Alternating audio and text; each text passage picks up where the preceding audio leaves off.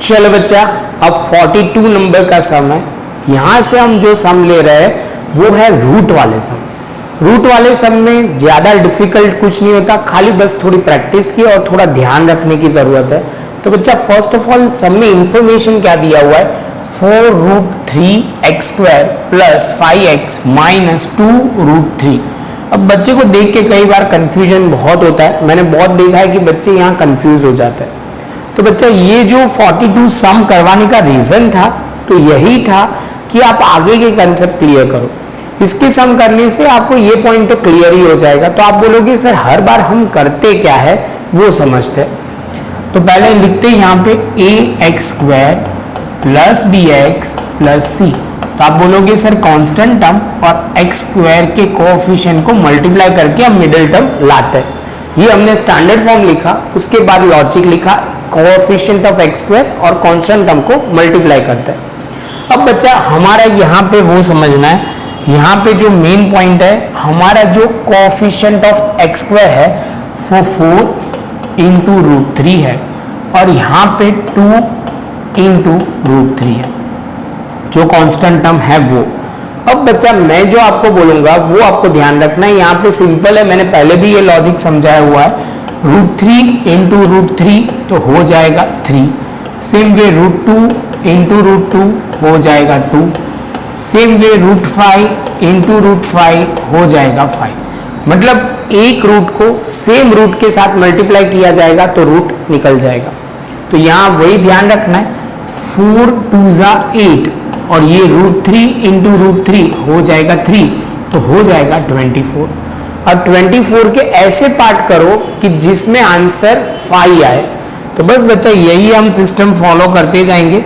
तो यहाँ पे आप बोलोगे सर स्टार्ट करते हैं 24 से लिखना, तो ये 2 करेंगे तो ये 12 हो जाएगा।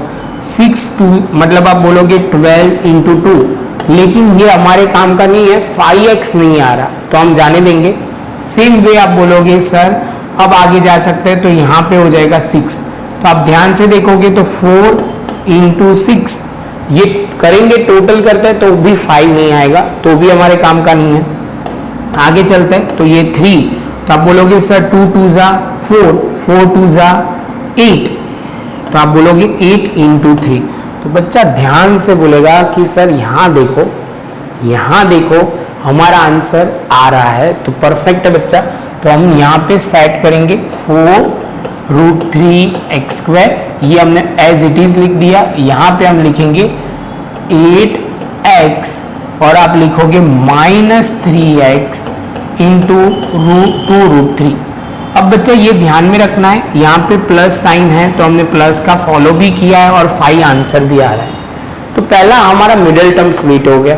बच्चा बोलेगा कि सर ये तो वो कर लेते हैं, यहाँ पे जो ध्यान रखना है वो पॉइंट क्या है, तो आप बोलोगे सर ध्यान रखना है कॉमन निकालना।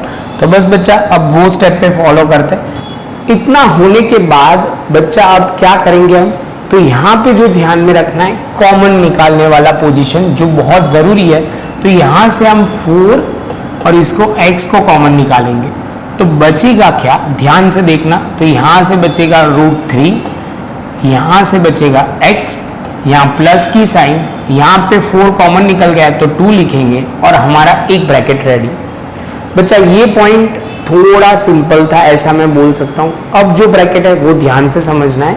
तो आप बोलोगे सर यहाँ पे देखो 3 है और यहाँ पे √3 है, तो मैं 3 की जगह √3 की जगह √3 इंटू √3 लिख सकता हूँ। 3 की जगह √3 इंटू √3 हम लिख सकते हैं। तो जैसे हम ये लिखते हैं बच्चा, तो आप बोलोगे सर यहाँ पे √3 कॉमन निकालोगे, ये माइनस एज इट इज, तो यहाँ से होगा क्या, एक √3 यहाँ से कॉमन निकला, एक √3 यहाँ से कॉमन निकला, तो बचेगा क्या। तो आप बोलोगे सर एक √3 जो बचा हुआ है वो इसके साथ x और -2। और बच्चे के दिमाग में होना चाहिए कि सर ये माइनस है तो अंदर साइन चेंज हो जाएगी क्योंकि हमने ब्रैकेट लगाया हुआ है इसलिए। अब बच्चे को ये पॉइंट समझ में आ रहा है तो उसका आंसर बहुत इजीली क्लियर हो जाएगा। और बच्चे के दिमाग में होना चाहिए ये ब्रैकेट और ये ब्रैकेट मुझे सेम लाना है, तो ऑटोमेटिक वो भी सम सॉल्व हो जाएगा। जैसे ये बच्चा ये पॉइंट क्लियर कर लेता है तो ये दोनों ब्रैकेट सेम आ गए, तो √3x + 2 और लास्ट में हम लिखेंगे 4x माइनस रूट 3। तो इसके साथ बच्चा हमारा ये रूट वाला पहला सम क्लियर हुआ। मेरे हिसाब से ये सम टफ नहीं है, बस आपका फोकस और लॉजिक क्लियर होने चाहिए खाली रूट वाले पॉइंट के साथ। ये हर बार मैं बोलूंगा, अभी मैं जो सीक्वेंस करवा रहा हूँ उसमें आप ध्यान से फोकस करोगे तो प्रॉब्लम नहीं आएगा। मिलते हैं बच्चा नेक्स्ट लेक्चर में नए सम के साथ।